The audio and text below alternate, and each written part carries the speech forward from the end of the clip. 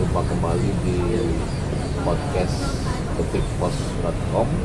Kali ini kita akan membahas tentang carut-marutnya dunia pendidikan di Sumatera Selatan terkait berbagai dugaan praktik yang mungkin tidak diharapkan oleh para orang tua yang mendidik anaknya di sekolah-sekolah.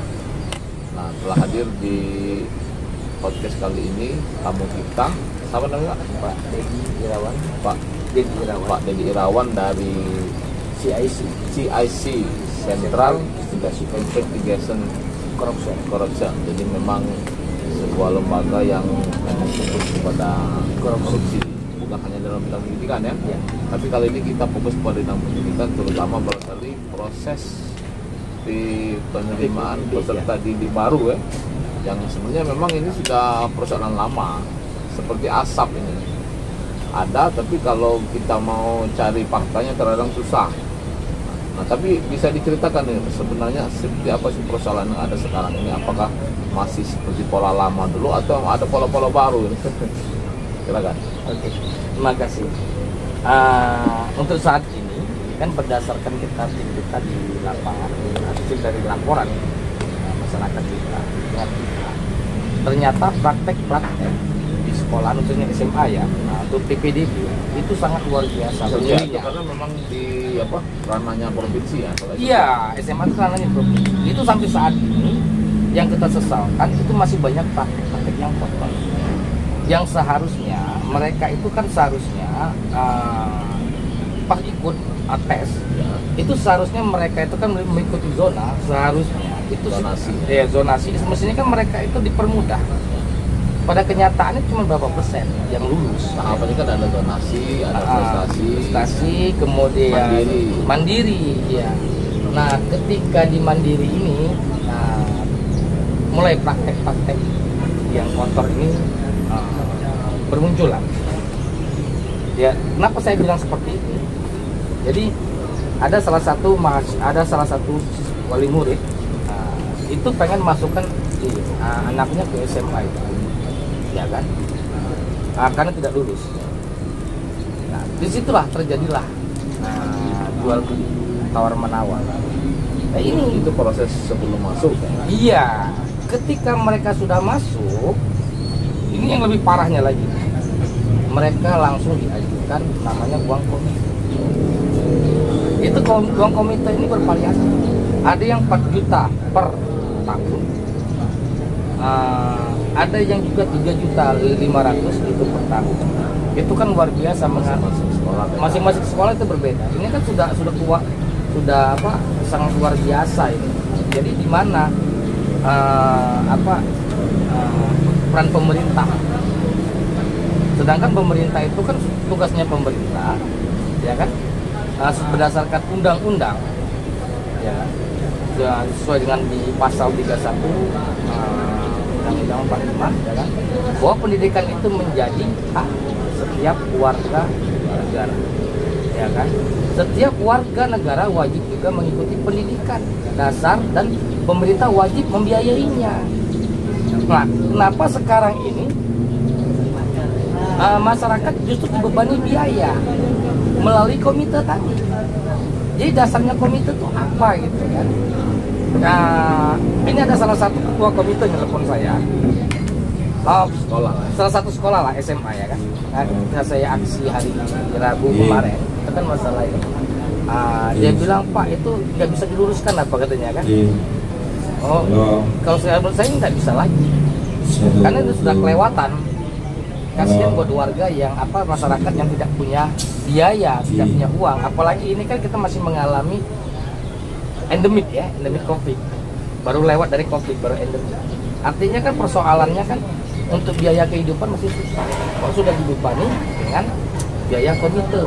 Kalau proses yang begitu diterima, disodor di biaya komite itu seperti apa? Ada proses yang mungkin tidak sesuai dengan prosedur. Kita harusnya prosedurnya.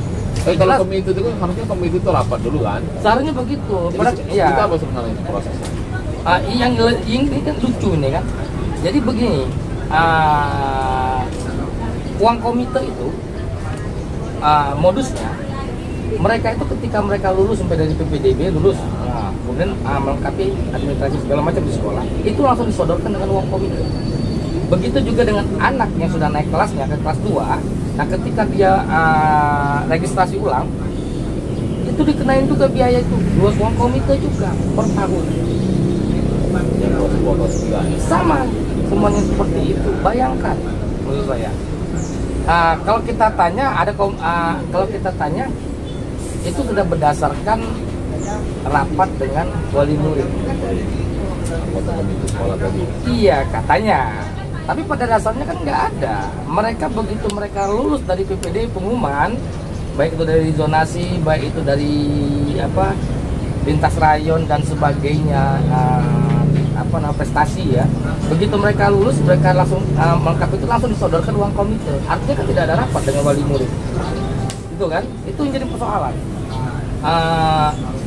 Kalau memang kata mereka itu kan sukarela, ya kan. Kemudian kalau kemudian guru-guru wali murid juga diajak rapat ketika itu. Kalau memang itu berdasarkan rapat dengan wali murid, ya kan, memang itu sukarela. Saya mau tanya dulu nih, berita acaranya ada enggak? Kalau memang itu rapat dengan wali murid, berita acaranya ada enggak? Karena anggaran tadi sudah disodorkan dan dia lolos ya. Iya. Bukannya setelah rapat, biasanya kan rapat itu kan setelah mereka masuk seharusnya kan, masuk duduk di sekolah atau setengah tahun atau per triwulan lah kan, baru diajak rapat untuk untuk bagaimana nih uang komite ini nih. Atau mungkin mereka menggunakan hasil rapat tahun sebelumnya.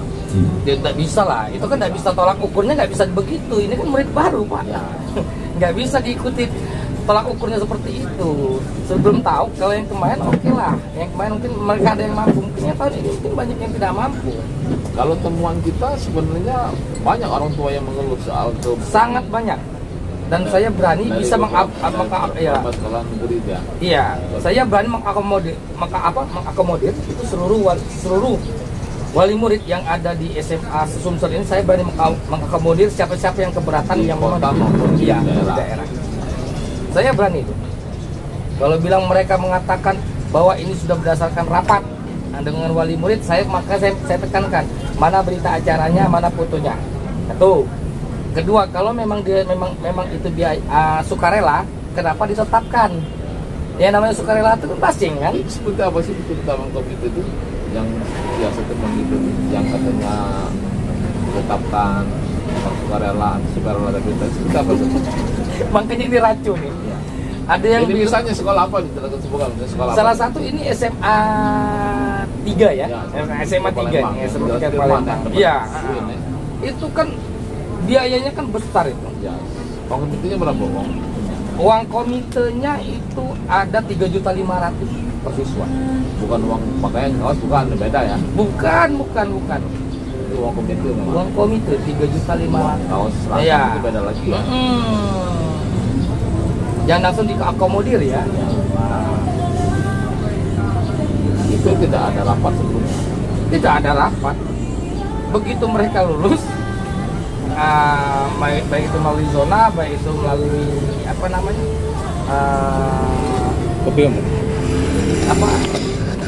prestasi, zona, kemudian prestasi, mandiri, iya. Nah kemudian persoalan lain apa sih yang ada di sekolah-sekolah negeri sekarang ini? Apa bangku, apa jumlah? Nah, rombongan belajar. Nah, iya. Itu kan berdasarkan kalau kita. Dan ini kan tanda tanya nih. Ya. Tanda tanya. Seharusnya di sekolah itu kan dalam satu kelas itu kan itu maksimal. Ya kan? Itu kan maksimalnya 36 orang. 36 orang. Itu persis per kelas. Kalau sekarang ini 40 lebih kan. Bagaimana mereka dapat belajar dengan tenang? Kan ini aneh kan? Ini sudah disampaikan dengan pihak dinas pendidikan nanti sudah Pak. Ini kalau saya secara pribadi saya belum. Tapi teman-teman yang lain udah banyak, tapi tidak ada tindakan soal itu ya. Iya, tidak ada tindakan.